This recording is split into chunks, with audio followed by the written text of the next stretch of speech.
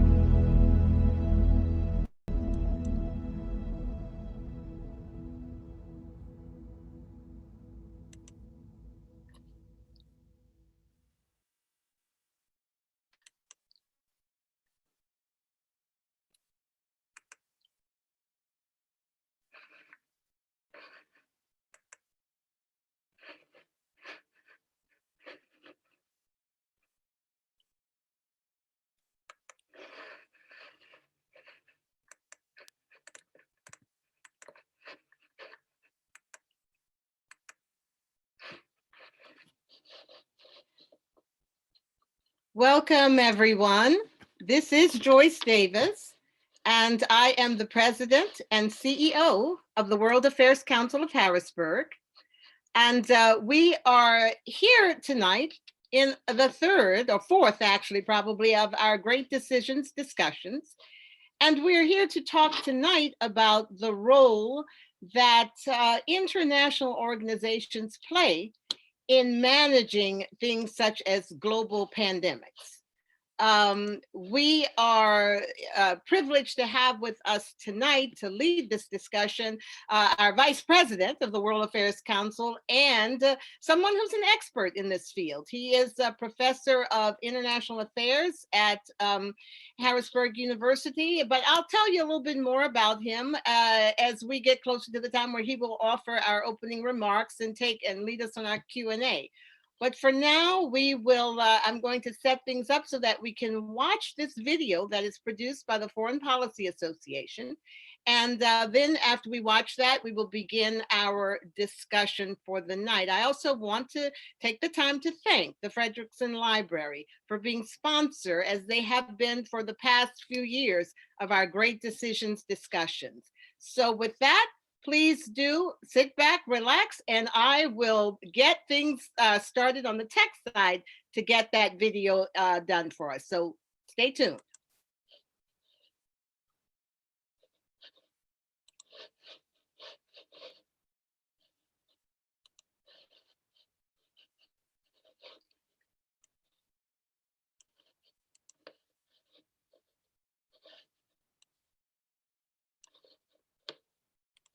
The world is still grappling with the COVID-19 pandemic.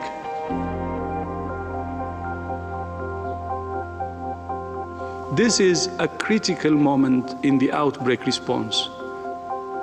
For us all, the fastest way for us to get through this is to act together.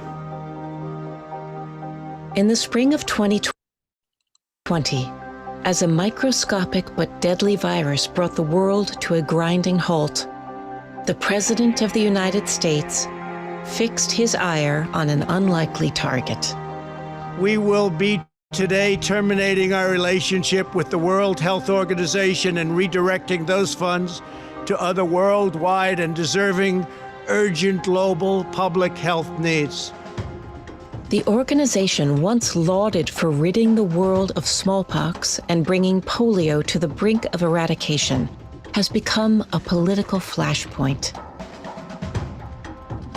Great Decisions investigates the global response to COVID-19, explores how geopolitical rivalries are spilling over into the realm of public health, and asks how the international community can prepare for the next pandemic. The World Health Organization. Next on Great Decisions.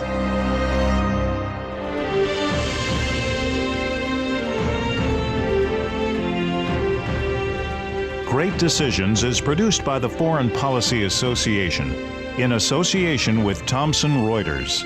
Funding for Great Decisions is provided by the Herford Foundation, PricewaterhouseCoopers LLP, and the Nelson B. Delavan Foundation.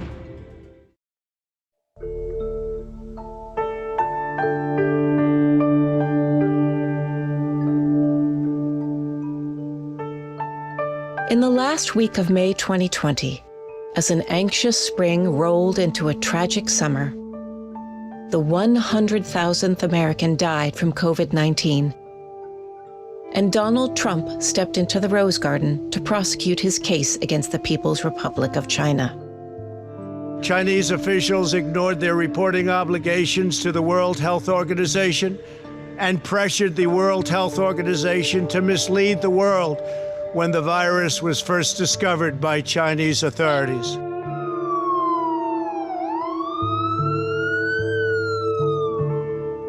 At issue were the early weeks of the outbreak. American officials alleged that China was too slow to warn the rest of the world about the dangers of the new virus. Certainly probably November and December of 2019, there was likely an outbreak happening in Wuhan that China hid from WHO and really only let WHO know on December 31st, 2019. And much of January, as WHO tried to get more information, China was hiding that information and just not being as forthcoming as it should have been. It wasn't a shortage of proper rules and regulations that allowed China to obstruct the World Health Organization investigation for too long. It was a problem of China, first and foremost, being obstructionist, not being transparent, being more concerned about its reputation than about averting a global pandemic. We now have a name for the disease. and it is COVID-19. It's quite clear that China was relying on WHO to delay the response to the COVID-19 and also to understate the severity of COVID-19 in the early stage. And I think Beijing has made it very clear that they don't care who's responsible as long as China is not held responsible. As COVID-19 exploded into a worldwide pandemic, some experts worried that the international response was leaderless and uncoordinated. It requires coordination at every level, globally, nationally, and locally. And we're seeing a real patchwork of responses that, frankly, is undermining our ability to beat this virus. There is not a clear global leader in the fight against COVID. In some ways, WHO is the closest that we have, and I think they're pretty valiantly trying to play that role, but they're doing it with limited capacity and very limited authority, and at the mercy of member states' willingness to cooperate. With tensions mounting between the US and China, President Trump announced that the US, traditionally the largest contributor to the World Health Organization, would stop funding that institution. Leaving the World Health Organization at the height of the most devastating pandemic in more than a century is the height of lunacy. It impedes the US ability to learn from other countries. It creates open season for China to step in and drive the World Health Organization in the direction that China thinks is in its interest. It's a humanitarian blow to vulnerable communities all around the world, which in turn is a blow to US leadership and US influence. That WHO was deliberately delaying the announcement of the severity, or delaying or artificially underestimating or understating the severity of COVID-19, at least in the early stage of the pandemic. As late as February 4th, the Secretary General of the WHO was still saying that there's no need for a country to overreact to COVID-19. Just because something is called the World Health Organization doesn't mean it's an unmitigated good that you can't criticize. I've had experience with the World Health Organization since my days in the Reagan presidency, and it's not the lean, mean, disease-fighting machine it was right after it was created in its early years, where it had enormous success. Mass infection and epidemics are a threat to every city, to every nation. Scientific and medical work on a local scale are no longer enough.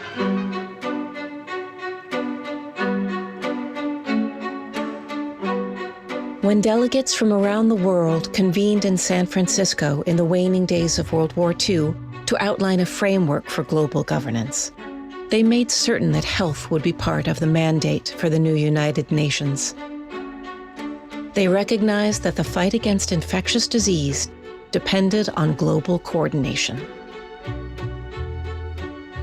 They had experienced the health consequences of the Second World War, of course, and they were very clear that one would only have economic development in the world if one also had a healthy population.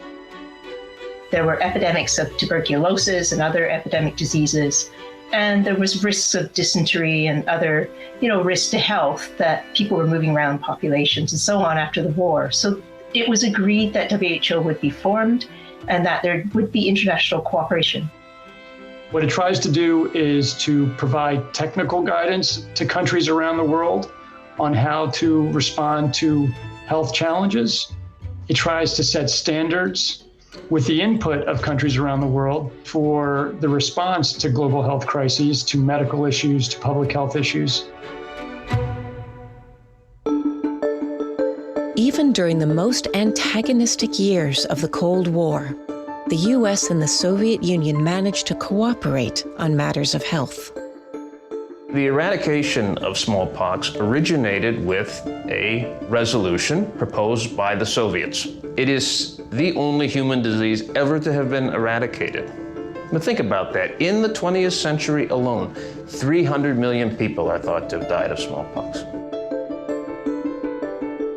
But after a few decades, many observers had grown discontent with the WHO and its broadening mission. If you take a look at what the organization prides itself on, which is the near eradication of polio, the eradication of smallpox, combating other infectious diseases, these were the focus of the organization in its early days. And the organization lost its focus in the 1970s and 1980s and started focusing on a number of different issues that arguably should be the focus of domestic health agencies and domestic governments. I remember back in the Bush 41 administration, the early Clinton administration, the global response to HIV/AIDS was taken out of the WHO and made a separate UN component because people simply felt the World Health Organization wasn't up to the challenge. And I think since then, the bureaucracy hasn't gotten any better. Like many other international organizations, the WHO has no mechanism to enforce its authority and relies on achieving consensus from its member states. No one gave WHO the authority to enforce compliance. No country wanted them to have that degree of authority, including the United States, so they simply don't have it. Member states, when things like health security crop up, get incredibly defensive, nationalistic, and the WHO has to navigate. It doesn't have the authority to tell other governments what to do. It has to also play a political role because WHO can be invited into a country, but they can also be kicked out of a country. We saw this recently with COVID-19, where Burundi expelled 3 WHO high officers. And so WHO has to kind of walk this line. We have the authority that the member states give us. WHO is what its 194 member states want it to be. And really, it is not a question of exercising authority or compelling member states to do something. It is about persuasion. And that really is how the multilateral system works.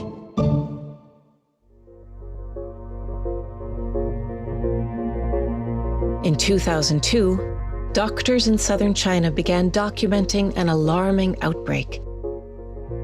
Patients infected with a new type of virus were developing a condition known as severe acute respiratory syndrome, or SARS. Faced with the threat of this contagious new virus, the WHO sprang into action. They had a very strong director general, a woman named Gro Brundtland, who was a former prime minister. And when China at that point was not being very forthcoming with data about what was happening with SARS, she took a pretty strong stance and chastised China and really pushed China to be much more forthcoming about the data that was coming out of the SARS outbreak. WHO had criticized governments in the past for not being transparent about health emergencies going on within their borders or infectious disease outbreaks, and had been heavily criticized for that. And Brundtland went ahead and did it anyway. But in the aftermath of the SARS outbreak, the WHO's member states grew concerned about how much authority the organization had appropriated. The overall reaction from member states was kind of, great job, don't do it again. The naming and shaming function, calling for trade and travel restrictions were all things that made governments uncomfortable more broadly as sort of an infringement on sovereignty. What came out of SARS was something called the International Health Regulations, sort of a set of rules of the road that WHO and all the countries were supposed to follow in the context of cross-national disease outbreaks. And part of IHR was the idea that WHO should not chastise and really stand up to member states. As I have said before, and I can repeat, it took much too long time before we got that kind of collaboration to get the data and to know what advice to give and how to help them contain the outbreak. It took much too long time. There are no IAEA-like authorities within the International Health Regulation, and that was not an oversight. I was on the negotiating side for the United States, and it was a very deliberate decision.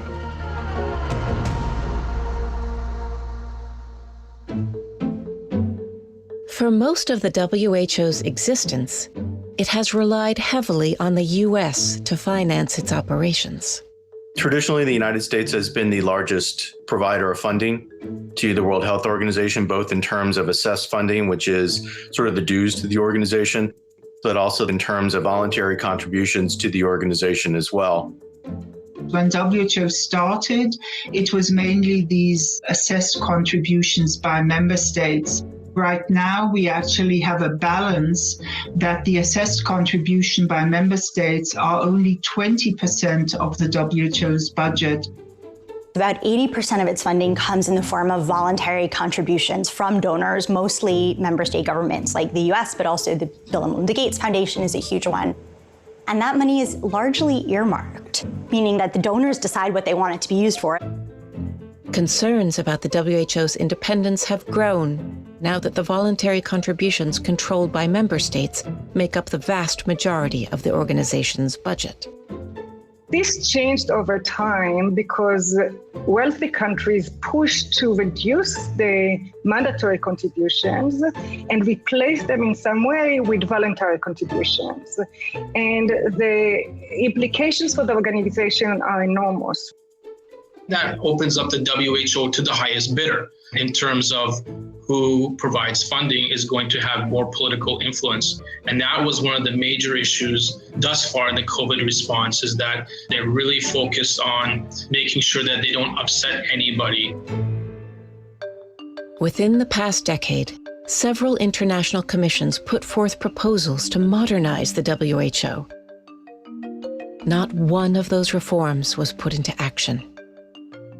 What is the core of the proposed reform? For member states to provide greater powers of independence for the WHO Director General and his or her Secretariat to collect data, and secondly, to issue warnings, and when data is not forthcoming, to blow the whistle internationally on why that data is not forthcoming.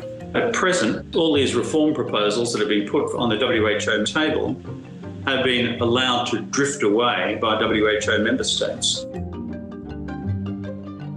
Now that the COVID-19 pandemic has awakened the world to the potential danger of emerging disease, experts debate whether the WHO needs broader authority to enforce its mandate.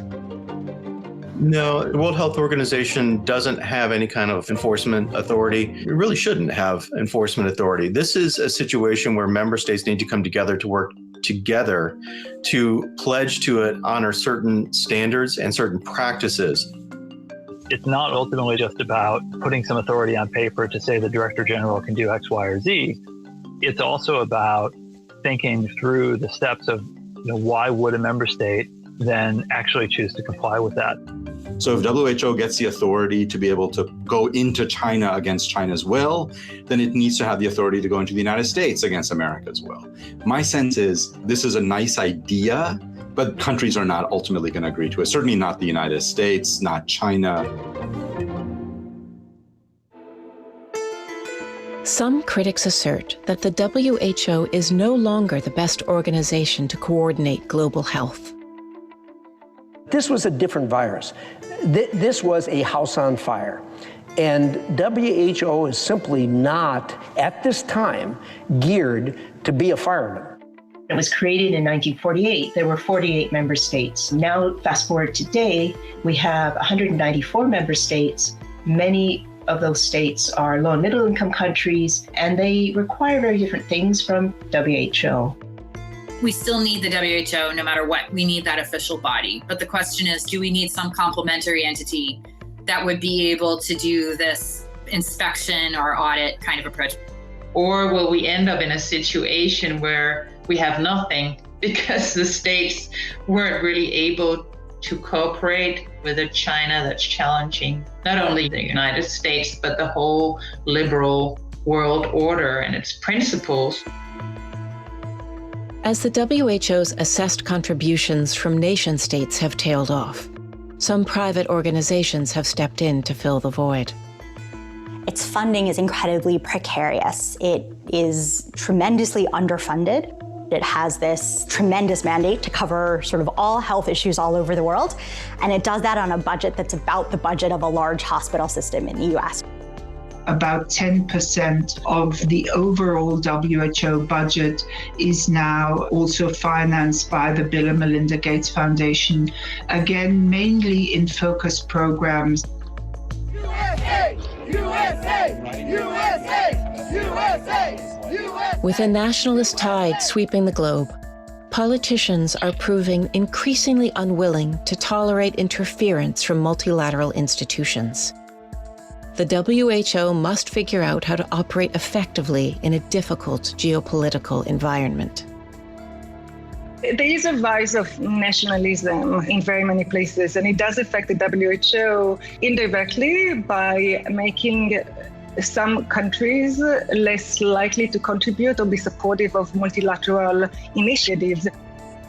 To what extent the great powers are willing to manipulate international organizations to serve their own cause, to implement their own agenda, that's really the problem. And that's an independent problem from nationalism. What you have now is nationalist rhetoric, but internationalist challenges. It's not a coincidence that nationalist leaders, by and large, have fared the least well in tackling the COVID pandemic, because they're trying to bring a set of tools to bear that don't take account of our connectedness. The first step, some experts say, is to evaluate whether China's influence within the WHO has grown too strong. The World Health Organization was concerned that if it was very critical of China and its lack of cooperation, lack of transparency, that could restrict further the World Health Organization's access to Wuhan and access and cooperation that the Chinese government was getting. So it was over the top in terms of its praise for China. China has been very skillful at entering and penetrating a lot of international institutions that were really created as part of the liberal Western world order and based on liberal values such as transparency and openness, etc. But China, when it enters these institutions, although it subscribes to them, it signs all the agreements, it doesn't respect the rules. One of the reasons WHO was subservient to China in the coronavirus pandemic was that a Chinese national had been Director General for 10 years before the current DG. And I think that's a mistake. Every member state in every international organization tries to get its way. To the degree that China has influence that it should not have within the WHO, that's a failure of the Trump administration and of diplomacy and of other countries to build coalitions to block China's efforts. At a moment of rising tension between Beijing and Washington, the WHO has become a battleground. COVID-19 has fallen smash in the middle of a geopolitical conflict between the United States and between China. For political reasons, the United States has held back and has not joined many of these attempts to create a truly global approach.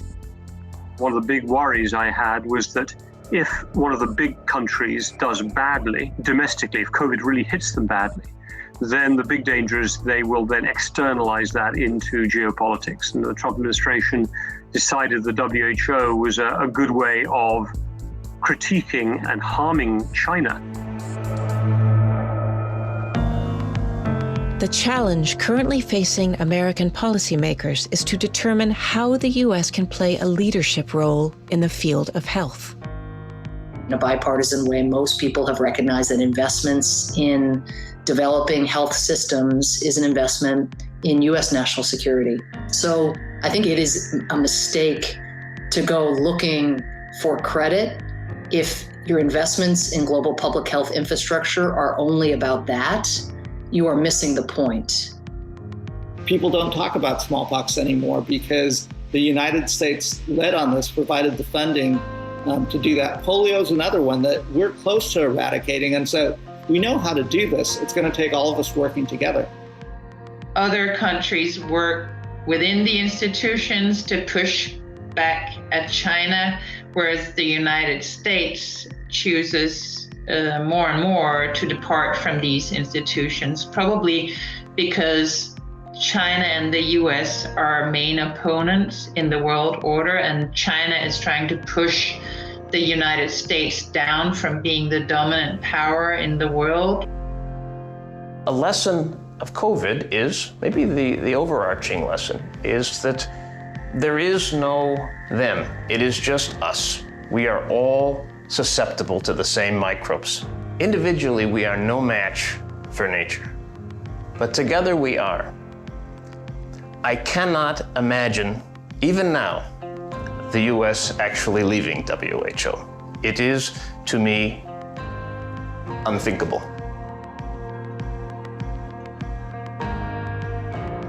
Going forward, the most crucial question will be what lessons the international community can learn from the COVID-19 pandemic to make sure it responds more effectively to the next emerging disease. Back in 1948, the WHO's constitution boldly proclaimed that the achievement of any state in the promotion and protection of health is of value to all. But today, the stakes for the global community are even higher. In our interconnected world, the failure of any state is a danger to all.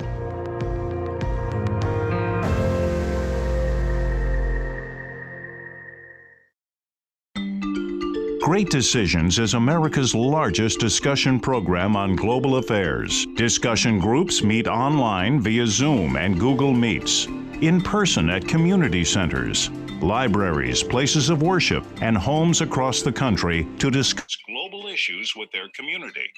Participants read the 8-topic briefing book, meet to discuss each topic, and complete a ballot. Well, there is a lot to digest in that video. And we are really privileged to be able to have our digestion led by Dr. Mehdi Noorbaksh. Dr. Noorbaksh, I don't know if many of you know, but he is a founder of the World Affairs Council of Harrisburg. Many years ago, 10 years ago, we came together, and he was at the forefront of making this organization happen. So he is our founding vice president, but he specializes in several areas. This is truly a Renaissance professor. He specializes in international politics, global energy and health, and democratic movements and processes in Middle East politics.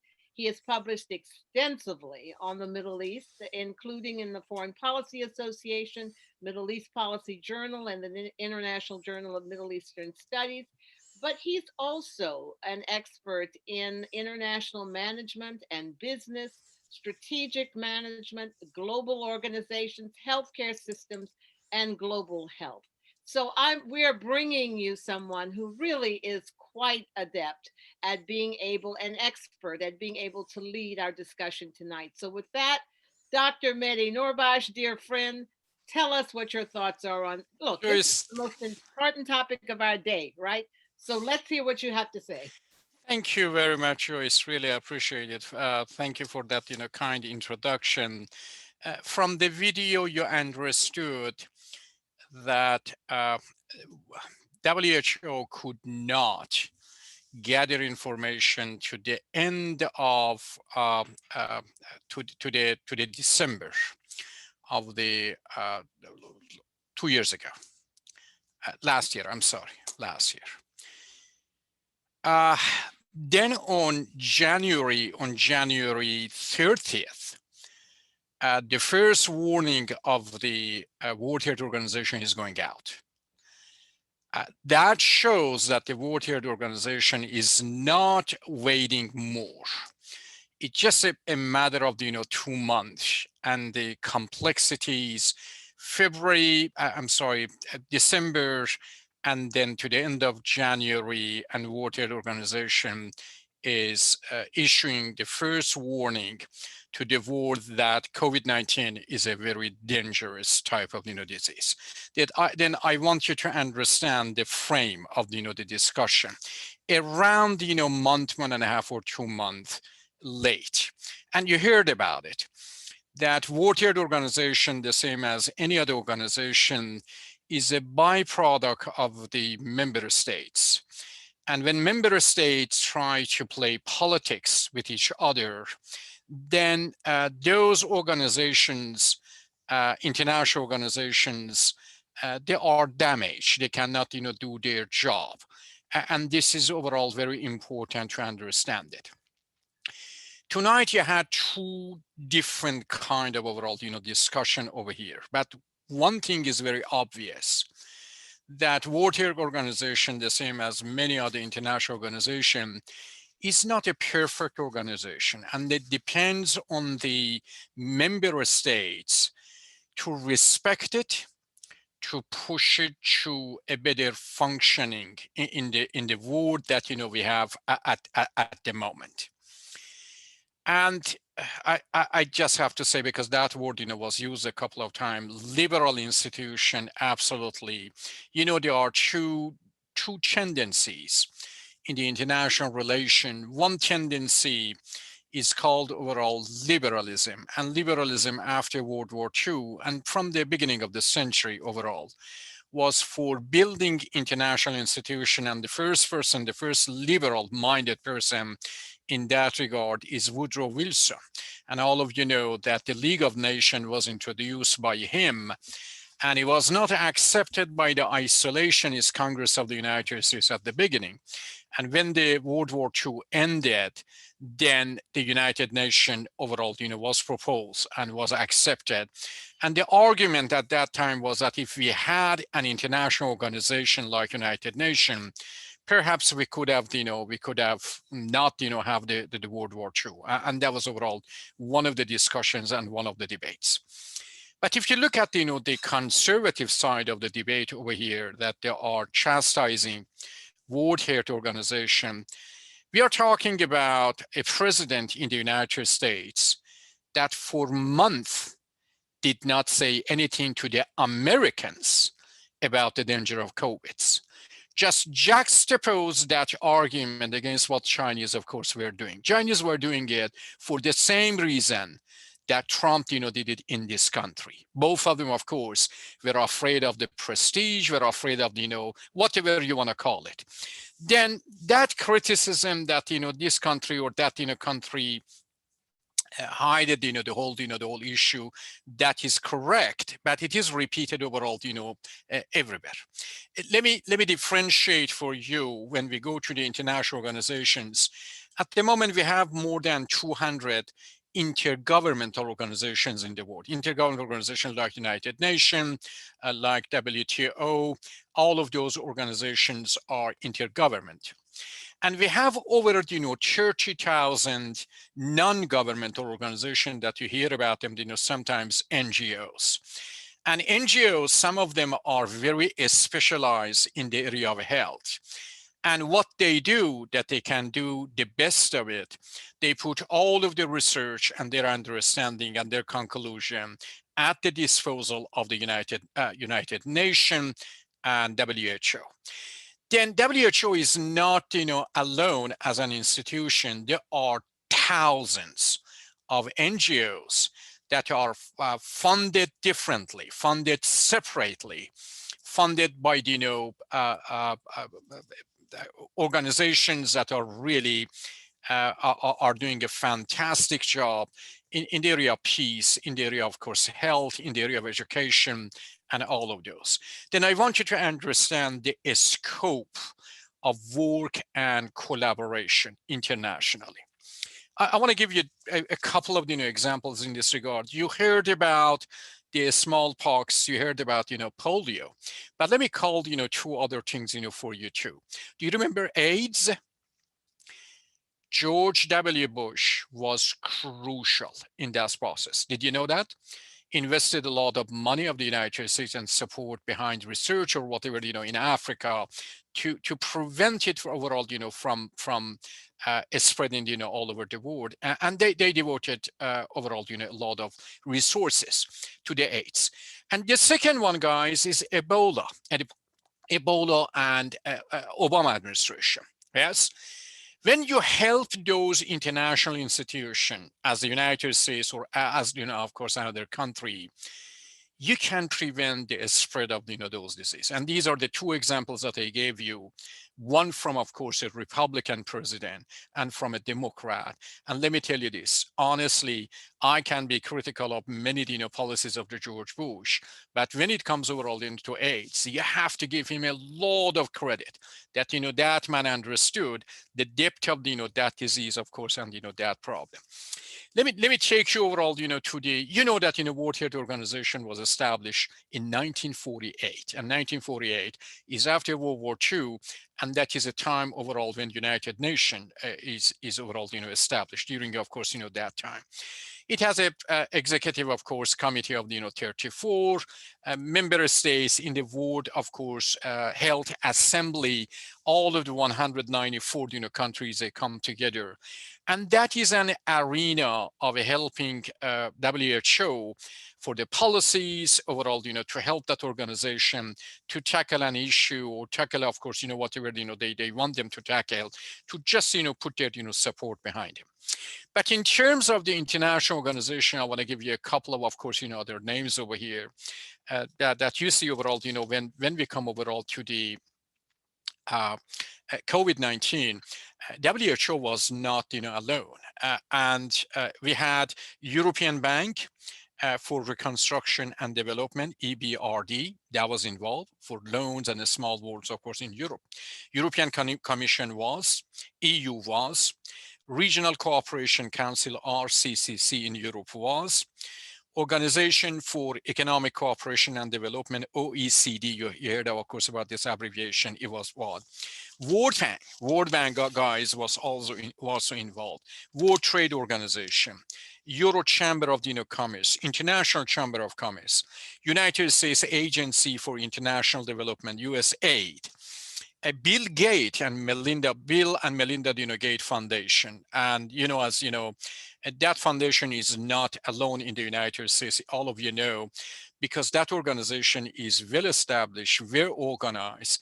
Then Buffett also contributes to that organization. Buffett does not have a separate organization.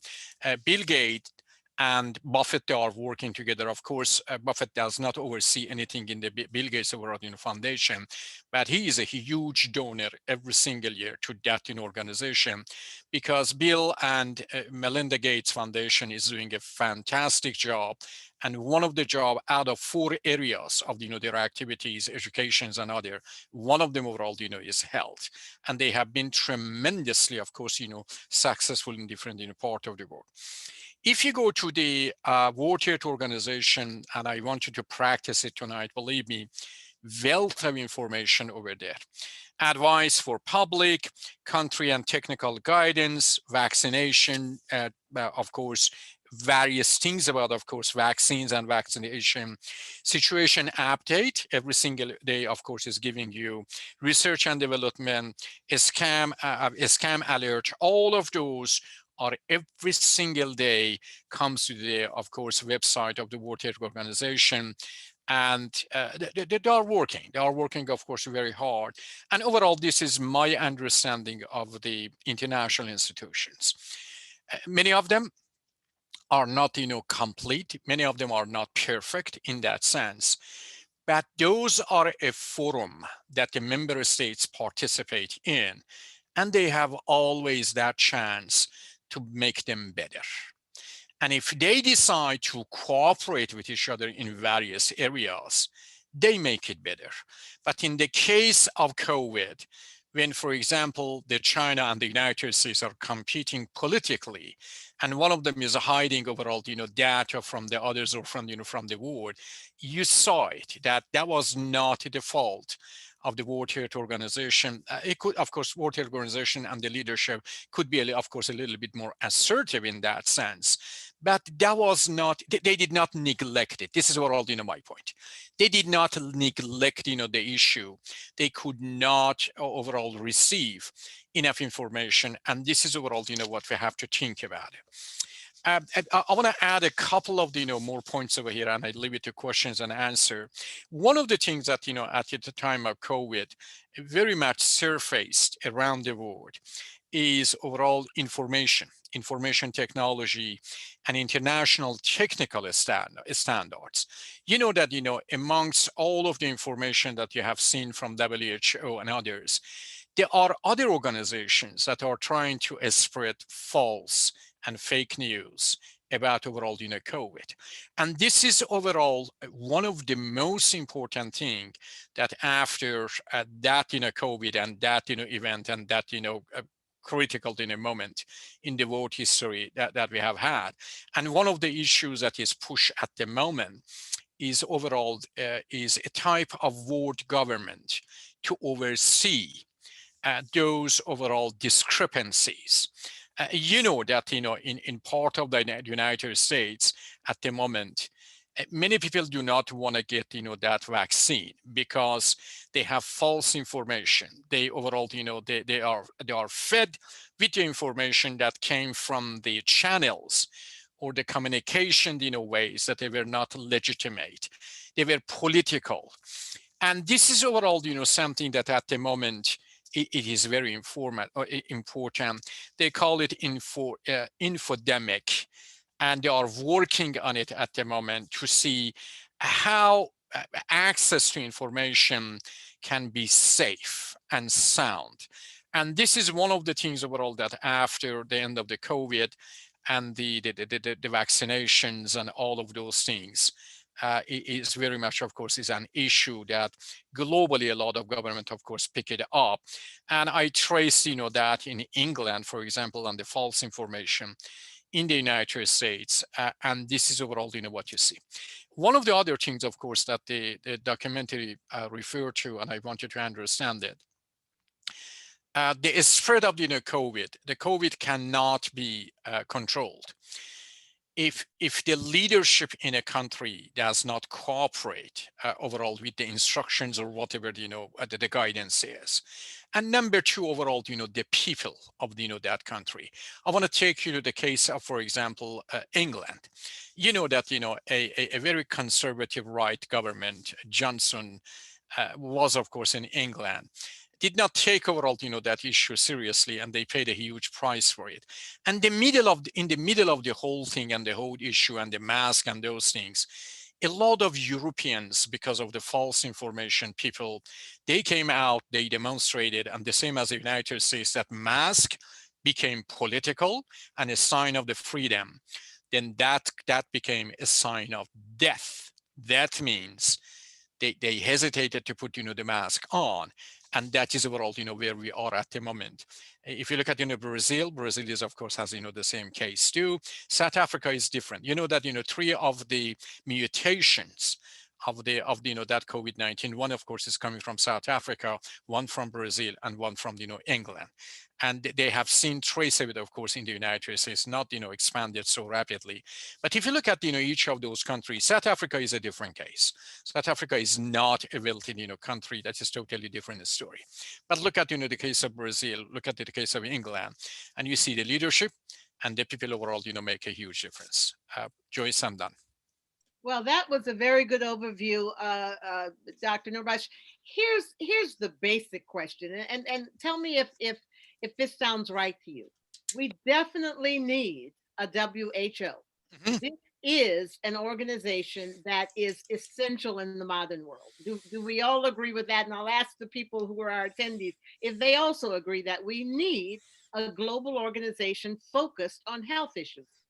If there's a consensus of that, mm-hmm, mm-hmm. I guess the next question will be, should it really have more authority?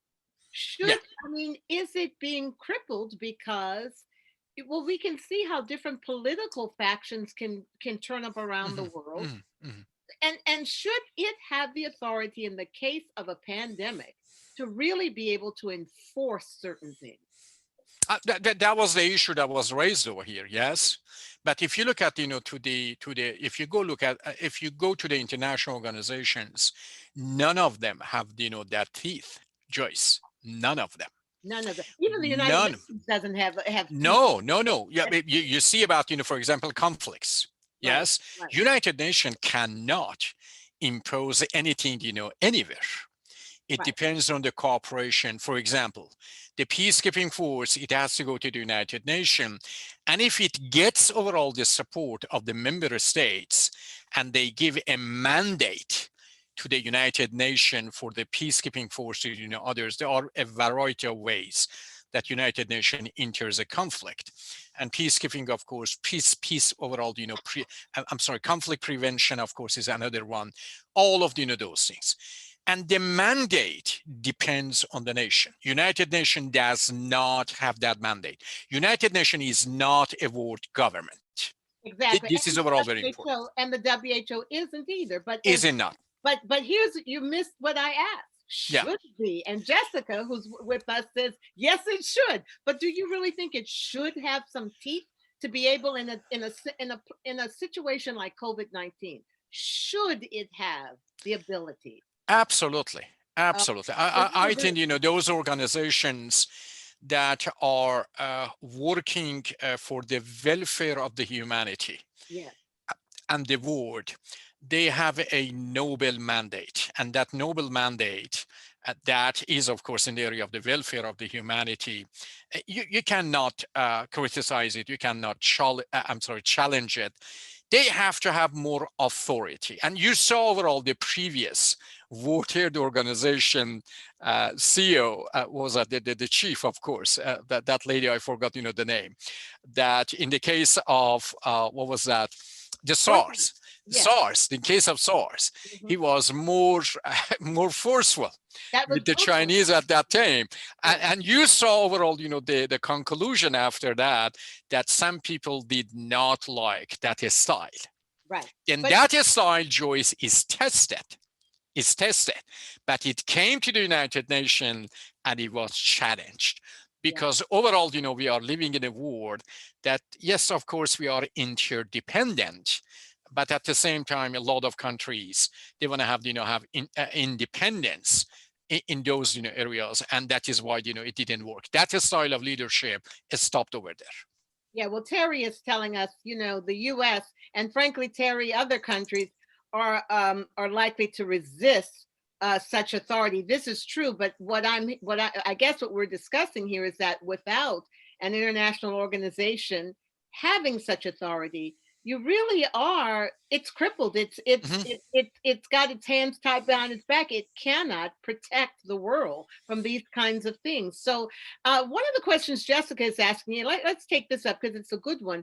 Do you know if health became so heavily politicized as it has been with COVID-19 during the polio epidemic? Did we see this kind of politicization?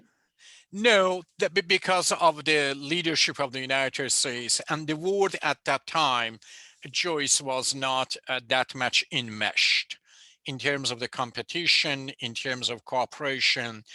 China at that time, or the other parts of the world, they did not have the status of challenging the United States or some other countries. What we are talking about a world at the moment. That the Chinese GDP is around 16 trillion. The United States is 24, and the rest of the European countries overall, go a little bit down over there. And of course, if you put the Europeans and the United States together, that is a block that we are talking about.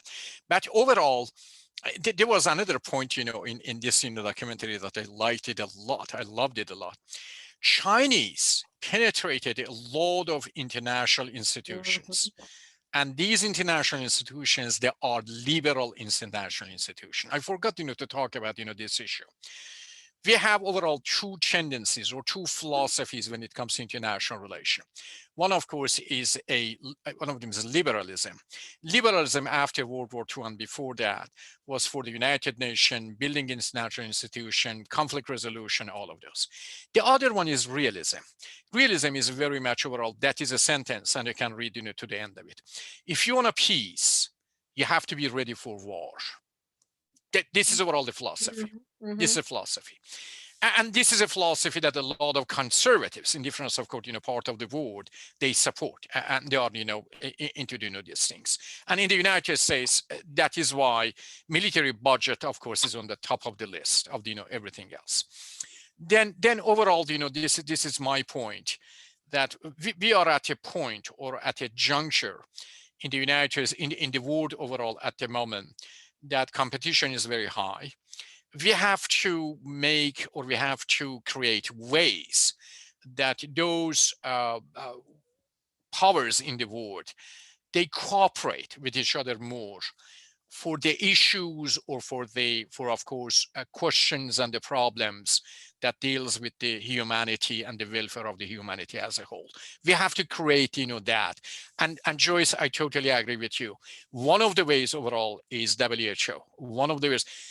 The way is not dismantling the international organization. Mm-hmm. The way is to strengthen the foundation, of course, those organizations, give them a little bit, more authority in various, of course, areas, because those are international forums. 194 countries at the moment are part of the United Nations, and you don't want to lose, that forum. That forum is very important. Absolutely. Well, Bami is telling us it's not practical in these times to give any authoritative role to global organizations that have played such significant roles in the past. And she says it is a sad commentary that most of the global organizations now have to rely on the power of persuasion, even when people are dying by the millions. I mean, that is what is so, just tragic. That, there was a statement in this film also that says, we know how to do this. Yeah. We know how to mitigate and to deal with these kinds of pandemics, but we have to work together. Absolutely. So we see now that we had, even in our own country, we were unwilling to work with other countries, and even withdrew from the WHO. So there's a question here from Mary. And Mary is asking, do you think the US might have a stronger impact in the WHO under President Biden? And she wants to also know, will China become more cooperative depending on the US role in the WHO, or will the competition just continue to intensify? Great questions, Mary. Thank you. What are your thoughts on that? Overall, Joyce, and the president, said that, we should not, or it is not, possible to give them that much of authority. Perhaps the first step is to give them support. And support is very, very important. And I am very optimistic that under the Biden administration, those international organizations, they will be supported to the end. And definitely, if there are, of course, shortcomings, here and there, they are there. That, the Biden administration went back to the Paris Agreement, went back to WHO, went back to UNESCO. Did you know that, Trump administration came out of the UNESCO too? Wow. These are fundamental organizations or the institutions of the United Nations. Then perhaps the most important thing overall is to support them. And that, in the past, sometimes these international institutions, they were the hostages of those governments. I remember under the Bush administration, I'm talking about the son, the view of the United States was not overall, United Nations was not given, the support, the yearly support of the United States. And they were, hostage. They were. And at that time, I remember that, before that or, after that, a lot of philanthropist organization, they came, of course, and supported United Nations. One of the things, guys, that we have to remember, I don't know how many of you remember that. You remember, guys, Ted Turner? Yeah. Okay. Yeah. You know what Ted Turner did at his, his time? And I always admired, of course, that person. At that time, Ted Turner, at the time, I forgot, how many years ago, he contributed $1 billion to the United Nations, and that was 1/3 of his whole wealth. Wow. United Nations was getting $100 million for 10 years from Turner. Right. Ted Turner. And we talked about the negative side, and the positive side is Bill Gates, Ted Turners, Buffett's, and others. We have enough, good people in the world. We have enough, people who really care about humanity, and they do not, allow this organization, and I hope they do not allow this organization to be diminished of the resources, and that they can do, what they can do the best. Russell is asking, do you know if what the majority view of the medical profession is? I'm assuming he's saying the medical profession in the U.S. Do they support being in the WHO or not? Absolutely. No, absolutely. They do support. Absolutely. Excellent. If you listen, for example, to Fauci, if you listen, of course, to those authorities, absolutely. Mm-hmm. Absolutely.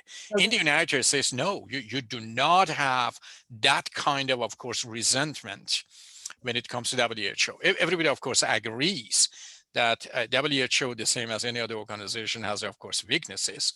But everybody, nobody is for dismantling or overall. No, absolutely not. Let's delve a little bit into the weaknesses. As I was hearing this, there was concern, I think, among Americans about, well, does China have too much influence? Is it basically shaping the message that the WHO was doing? Did it have inordinate power? Can you talk a little bit about that? And frankly, in the US leaving WHO, did it give China more power to distort things? No, that is, the WHO is an independent organization. The countries, can support WHO. They can support United Nations. Sometimes overall, because of their contribution, they have, more say. But United Nations is not one of those institutions that really is under the sway of, this country or another country. In this case, Joyce, China did not cooperate with WHO. China did not influence WHO. China did not cooperate with WHO from the beginning of the process. Then that is not influence on what, the noble job that WHO, of course, is doing. But WHO did not have, of course, information, data, and what needed, from the beginning of the process. Then when you go back to the United Nations, of course, there is a lot of criticism about World Bank, IMF, that big powers or, important, contributors, they have, more influence on those institutions. But when it comes to WHO and those things, their influence depends on the type of support that they have, for that organization. And mostly those organizations, they run those organizations independently. They are not political in a sense. So you're saying if, for example, a lot of money came from one country, and that one country said, no, don't say this, say this, the WHO would not be vulnerable to that? No. WHO may listen to that country that please do not forget this, or do not, or this is a critical, issue. But in terms of the World Health and in terms of the mandate that WHO has, definitely. We don't have a chase. This is overall, my point. We don't have a chase to be raised that WHO neglected this because of the influence of that government. No. Okay. And in the case of China, as I told you, there was not influence. There was overall lack of cooperation. So and Mary is asking, is China a big contributor to the WHO? No. It's not. Okay. No. To the United Nations, WHO, the largest portion is coming from the United States. Then you go to the Europe. Yeah. But we stopped, right? We pulled down our money, right? Is that been under the Trump administration? But it is, of course, Biden, is back, right? And very much the support is over there for the United Nations, for, of course, the WHO. The European, of course, countries come, second. Then you go, of course, to the Japan. Chinese, not really that much. Mm-hmm. Not really. Amy also is agreeing that public health physicians definitely want us to remain in the WHO. Absolutely. So thanks for that. Now, Terry is saying there is a delicate balance between an expectation that international organizations will reflect Western values, including those of the U.S., And she says a willingness to accept the expression of other perspectives in those organizations. I think she's maybe saying an unwillingness to accept the expression of other perspectives. Do you see that the Western influence is too strong in the WHO? See, if you take it back to the Cold War era, United Nations was the arena of the conflict. And the Security Council was the arena of the conflict. You know, that the veto power and all of those things. There is a debate, there is a discussion about the Security Council of the United Nations that, these Westerns in the power, the 5 plus, of course, the 9, that they come the 14, together. They should not, have that power. Of course, the 5 have, the veto power, but the rest of them, of course, it just rotates between various countries. United Nations became more democratized after, World War II. And that perception is not a dominant perception over there. Let me tell you this. And a lot of countries came to the conclusion that these liberal institutions, they are helping the world instead of course, hurting the world. We came out of the Cold War, and at that moment, these international institutions very much are cherished because these are, as I told you, the arena of debate and discussions and all of those issues. And in that sense, they are well accepted. Okay, we have a little bit different question here. It says, did the Trump administration's position against the WHO have anything to do with opposing the spread and funding of women's reproductive rights and an opposition to the view that gun violence is a health issue? I really do not know. I do not want to give you my opinion over here based on something that I do not know. Right. I don't know. But God knows. God knows. Well, if Trump, has connected, these dots together, that is Trump. But I really do not know. Well, I frankly, I would say that it truly was focused on his wanting to blame someone for what we saw as this catastrophe in the U.S. with COVID-19, and the WHO in China was a clear scapegoat to absolutely be able to, you know that Trump was calling it Chinese virus. Yes, I know. Chinese virus, and of course that was racist, as all of you know. And diseases are not Chinese or Spanish. We call them Spanish flu because of the especially but in terms of a racist tone about those issues, no, we don't call them that way. We call it the Earth virus. It was absolutely came from the Earth and devastated many people. But this has been extraordinarily interesting and enlightening, Dr. Noorbaksh, to really delve into it.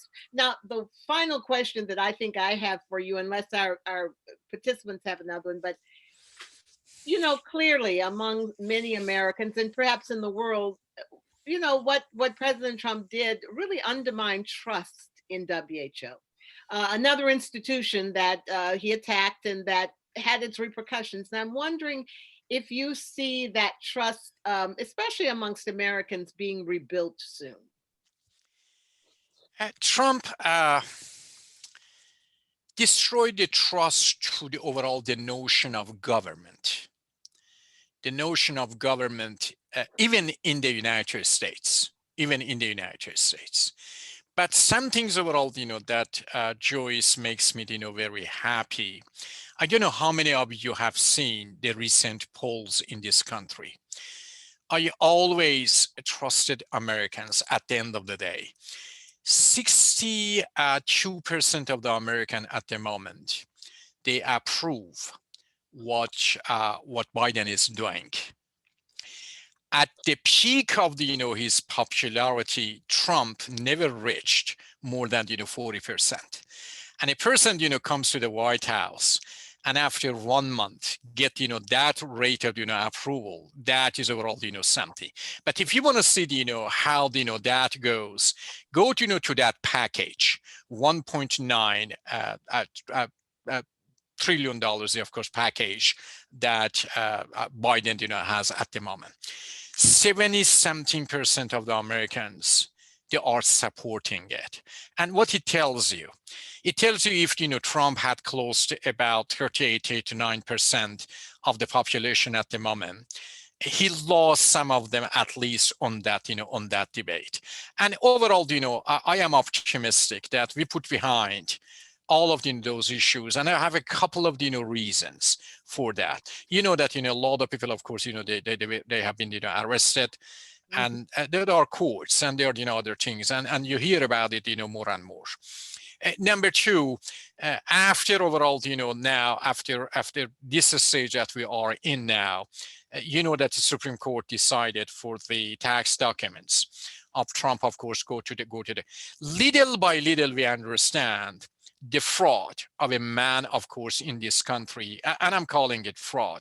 I'm sorry if somebody do not, accept, that word from me, but Trump overall, was not a Republican, all of you know, and he didn't know really how to run, this country, and unfortunately, the 500,000 people that died because of the COVID, that was, of course, because the COVID was mismanaged in this country. Mismanaged so badly in this country. And I think a lot of people agree with me that they did not manage it well in this country from the beginning. Absolutely true. Well, this has been, again, I want to thank you for taking your time. Thank you. Unfortunately, we don't have time to talk about another breaking news event. It looks like the United States has launched airstrikes in Syria, targeting facilities near the Iraqi border used by Iranian-backed militia groups. So we're in for some rough times. We are for a rough time.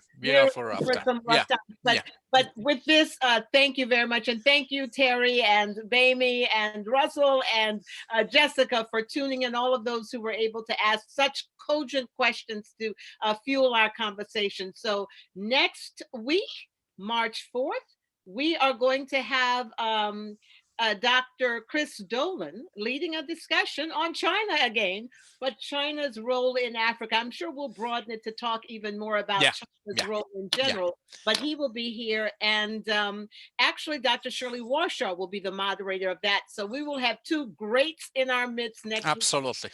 Absolutely. And Dr. Noorbaksh, you sign in too, could ask those tough questions. Definitely, I will. No, I will. Okay. Have a wonderful night. Thank you, Joyce. Really appreciate it. Thank you. Good night, everyone. Thank you.